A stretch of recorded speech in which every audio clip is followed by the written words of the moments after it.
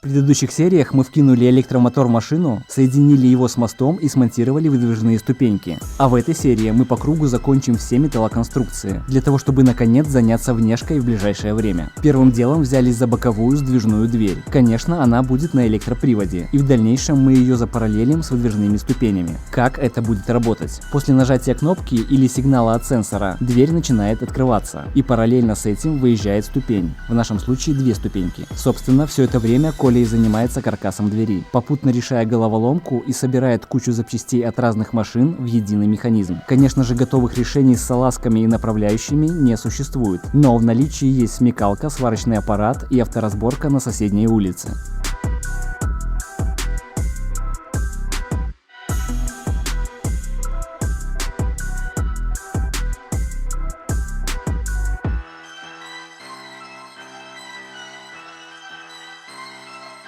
И уже спустя всего 2 колядня вырисовывается вот такая конструкция. По сути, простой усиленный квадрат. Поскольку кузов будет по кругу прозрачный, никаких диагональных усилителей решили не делать. Ну и наконец первая примерка. Вполне себе успешная для первой примерки.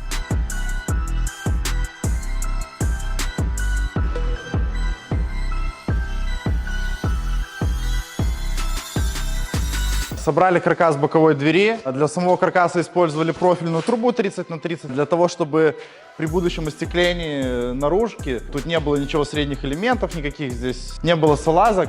Мы их разместили одну сверху, здесь использовали боковую салазку от Газели, снизу использовали боковую направляющую от Миди, от ИСЗ Миди, а здесь использовали верхнюю тоже от Газели. Слушай, а других машин не было у вас? Только Газели, Миди и все? Мерседес и Спринтер хорошая тема. Дорого. Дорого-богато? Дорого-богато. Но у Газели единственное большое преимущество в сравнении с Мерседесами, Исузу и всем, то, что не все направляющие, верхние, средняя, верхняя и нижняя, они все съемные от кузова, отдельные. Поэтому мы использовали именно от Газели. И они в наличии их можно легко купить новыми, легко обслуживаются, все для них есть. По итогу дверь у нас открывается превосходно. А привод какой будет, электрический или механический? Электрический. С помощью электромотора, с пультом. Здесь будут еще установлены ловушки, которые будут ловить дверь, когда она будет закрываться, и она будет закрываться всегда в одни и те же зазоры. А здесь будет установлен замок. Сверху будет установлен электропривод. Слушай, все это ерунда. Физика не даст вам сделать по-вашему, потому что толкать дверь, заметьте, у каждой маршрутки привод на середине двери идет, а у вас будет привод только сверху. Соответственно, если у вас будет привод толкать только в верхнюю часть двери, нижняя, соответственно, будет уходить в диагонально обратную сторону. А отсюда что исходит? То, что у вас дверь заклинит. Херня, ребята, все это получается. Блин, вы заставляете опять меня брать инструмент. Последние нанотехнологические разработки моих рук. Где мои перчатки? А ну-ка! Опа! В итоге Валерию пришлось сделать тончайшую настройку, после чего можно двигаться дальше. Приехала к нам очередная партия запчастей. На этот раз это электропривод двери. Решили ничего не изобретать, взяли готовое решение, которое используется зачастую на маршрутках, на рейсовых автобусах. Распакуем, посмотрим, что это у нас, что там приехало. Это у нас зубчатая рейка, по которой будет ходить мотор. Тут у нас электромакароны некоторые, а это, по всей видимости, сам привод. Да, выглядит он, конечно, не очень презентабельно, но, скорее всего, корпус мы переделаем. Нам главное, чтобы механизм работал. В комплект у нас входит завеса. Опять же, какие-то макароны. Блок управления всем этим делом. Брелок. И еще всякие метизы мелкие. В виде кнопки, болтиков, гаечек, винтиков. Будем это как-то сейчас устанавливать, смотреть, примерять. Ну, скорее всего, ничего не подойдет, и все равно все придется переделать. Собственно, как Коля предполагал, так и получилось. Но забегая вперед, скажу, что переделка была всего одна. И по нашим меркам это даже не считается. То есть все получилось с первого раза.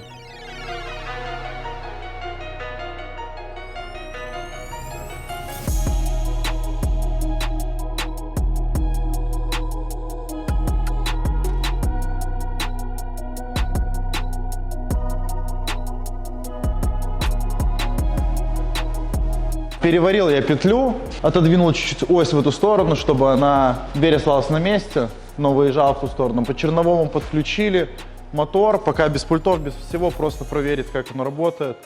Ну, давайте первый запуск. Работает, все едет. Пока это на кнопке, пока это без пульта, без ничего, просто от аккумулятора тестово. Ну, как бы все работает. В дальнейшем, когда подключится управление, будут работать все магнитные штуки, поставятся ловушки, которые будут ее ловить и ставить на место в зазоры. Все. А так механизм рабочий, готов. Осталось делать за подключением и кожухом. Кожух мы тоже изменим, потому что этот максимально здесь не уместен. Пришла нам очередная посылка. Это электроупоры крышки багажника от Toyota RAV4. Внедрять мы их будем на буханку. Сейчас мы их распакуем. Вот как он выглядит. Сейчас мы его попробуем подключить, прогнать вверх-вниз, узнать верхнее и нижнее положение и будем примерять его уже на машину, чтобы крышка открывалась достаточно широко. Еще также с MIDI взяли вот такие для его крепления шарниры. Сейчас все будем примерять, резать, пилить, варить. Итак, почему мы решили использовать эти электроамортизаторы от Toyota? Тут все просто. Это был единственный вариант из бэушных подходящего размера и за вменяемые деньги. Какая тут задумка? Раз уж мы строим буханку из будущего, постараемся внедрить побольше электроприводов и других механизмов, которые активно добавляют современные производители автопрома. Этим, собственно, и занят Коля.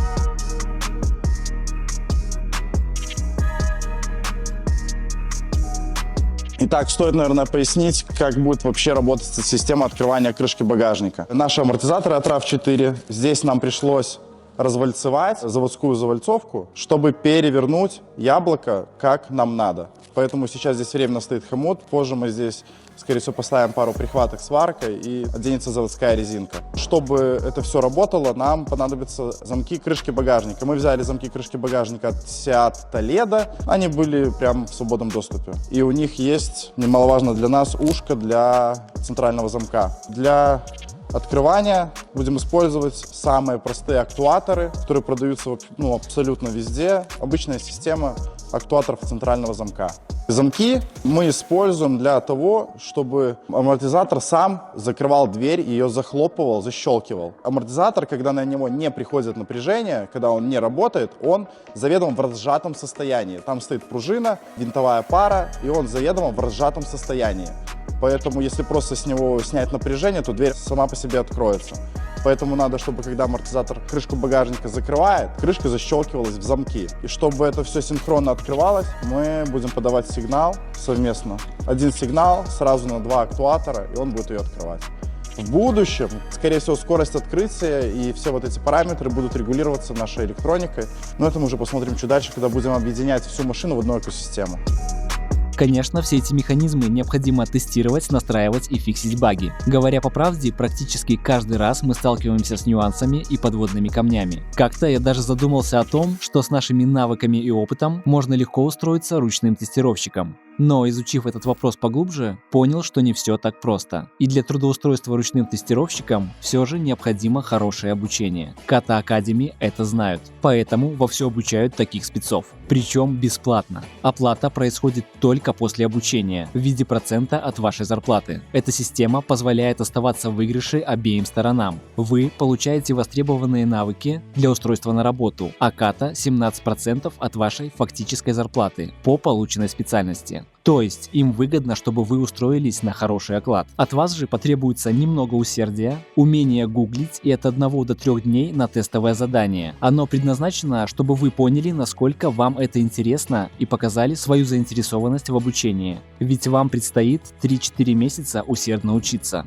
Как я уже сказал, вы не платите за обучение. Не смогли найти работу по специальности, ничего не платите. Даже если вы не справились с программой и вас отчислили с курса, ваши деньги останутся останутся при вас. Это отличная возможность изменить свою жизнь к лучшему, получив востребованную профессию. Ссылка на Kata Academy будет в описании, не упустите свой шанс. Закончили всю механику по багажнику, установили амортизаторы, установили замки, актуаторы замков.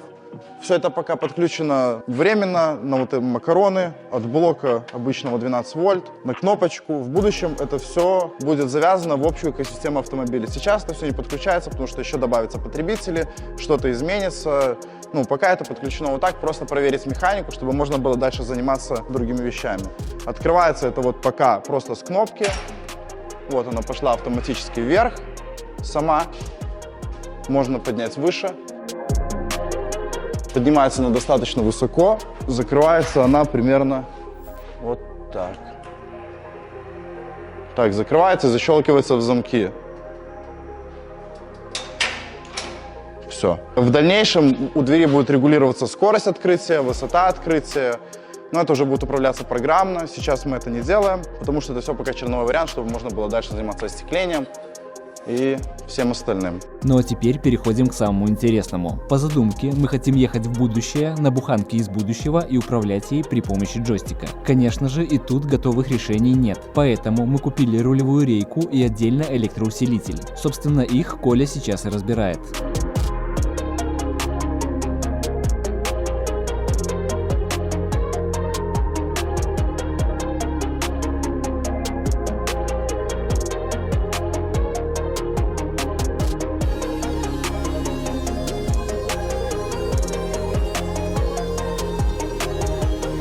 Приехали нам все запчасти для установки рулевого управления на буханку. Решили использовать рулевую рейку. Рулевая рейка сухая от Toyota RAV4. Машина у нас не маленькая, искали крепкую рулевую рейку, не от малолитражки, ни от чего, но сухую, без гидроусилителя, потому что у нас будет установлен электроусилитель. Электроусилитель у нас будет использоваться от Renault Clio 3. Машинка маленькая, но электроусилитель довольно добротный, крепкий. Как его будем подключать и устанавливать, покажу вам чуть дальше. Для соединения этого всего, для интеграции этого в машину будут использоваться рулевые карданчики. Это от электроусилителя от Renault Clio, этот карданчик от рулевой рейки RAV4. Также у токарей были заказаны вот такие удлинители рулевого штока, самого штока рулевой рейки, для того, чтобы перенести ось работы яблока, рулевого наконечника, на ось работы рычагов, чтобы избежать паразитных колебаний колеса при работе подвески. Использоваться будут у нас стандартные рулевые наконечники от MIDI. Для соединения их к рулевым тягам были выточены тоже у токарей вот такие вот втулки-переходники. Пока временно подобрали вот такие пыльники, ну и по черновому изготовили комплект крепежа к кузову. Все это будет подгоняться более точно уже на машине.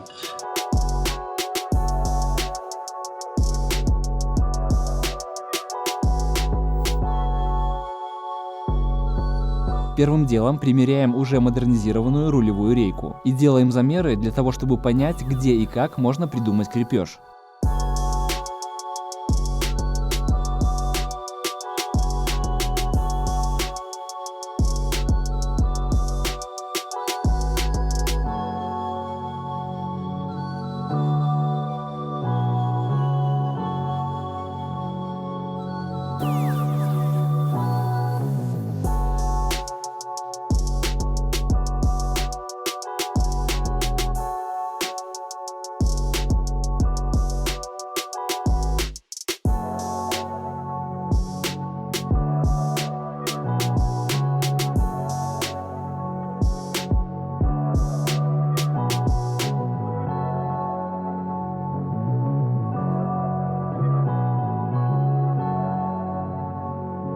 Следующим этапом занимаемся креплениями, закладными и другими элементами, при помощи которых все детали станут на свои места. Тут все понятно наглядно. Металл потолще, сварки побольше, десятки примерок и подгонок.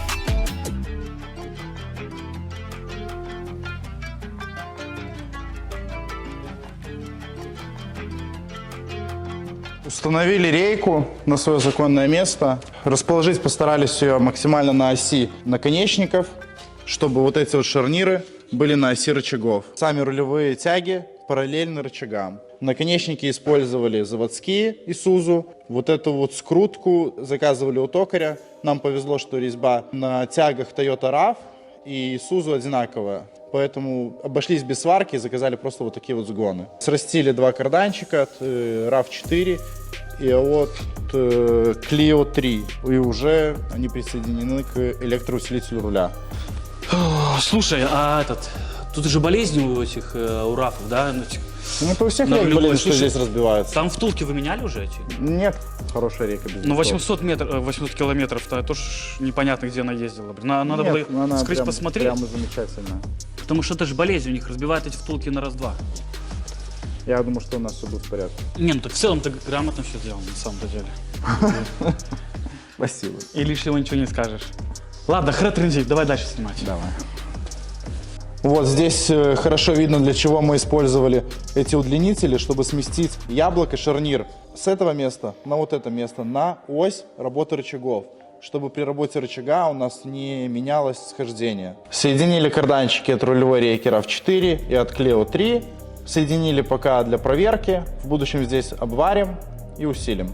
Как я и говорил ранее, подключение этого электроусилителя абсолютно банальное. Подключаем плюс, минус подключаем к аккумулятору и управляющий плюс от замка зажигания.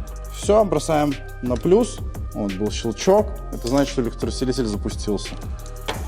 Все, и теперь колеса крутятся сильно легче. Начинает работать, и колеса у нас крутятся очень даже несложно, по идее. Выворот у колес очень даже приемлемый. Вот такой выворот у нас у колес получился. Очень даже не маленький. А почему мы установили рейку именно таким образом? Электроусилитель с правой стороны. Расскажем вам чуть-чуть позже. Вот наш шаговый двигатель, который будет управлять нашим рулевым. Я уже на него установил втулку переходную. Подготовили пару пластин. Все будем ставить. Итак, чтобы нам совместить наш мотор и рулевой вал, выходящий из электроусилителя, изготовили вот такую втулку под шпон-паз. Отрезаем лишнее и нарезаем во втулке шпон-паз. Все, у нас будет стоять эта втулочка, из втулки будет тоже выходить мотор. Тоже под шпонку все сделано. В итоге, после установки шагового двигателя мы получим следующую схему. На шаговик поступает сигнал от джойстика. Он понимает, в какую сторону и с какой скоростью поворачивать колеса. Конечно, самостоятельно шаговый двигатель не справится с таким усилием, поэтому он соединен с рейкой через электроусилитель.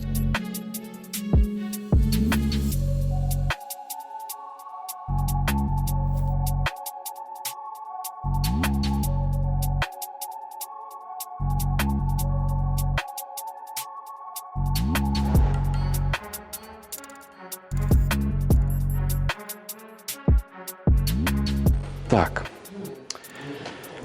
Сейчас произведем... Ребята!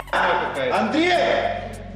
Сейчас произведем тест нашей собранной системы. Взяли Arduino, джойстик, драйвер шагового мотора, аккумулятор 12 вольт запитывает электроусилитель руля, блок питания запитывает драйвер шагового мотора. Сейчас все включим, посмотрим, как у нас будут крутиться колеса.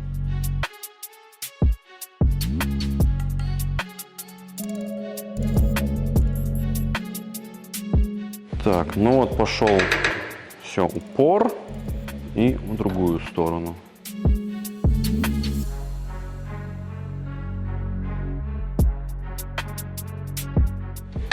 Отлично, полный диапазон. Сейчас это все собрано на коленке, потом это будет полноценная программа с энкодером, с отслеживанием количества оборотов, центрального положения колес и всего остального. И еще немного новостей из мастерской. Работа над Волгати не стоит на месте. В нашем телеграм-канале мы регулярно про это рассказываем и показываем. Так что всем, кому интересна жизнь мастерской и закулисья, ждем в телеге. Да и чего там греха таить. В это нелегкое на ютубе время мы также пытаемся монетизировать телеграм. Поэтому каждая подписка поможет нам оставаться на плаву и двигаться дальше. Ссылка есть в описании. Спасибо за просмотр и добра от топора.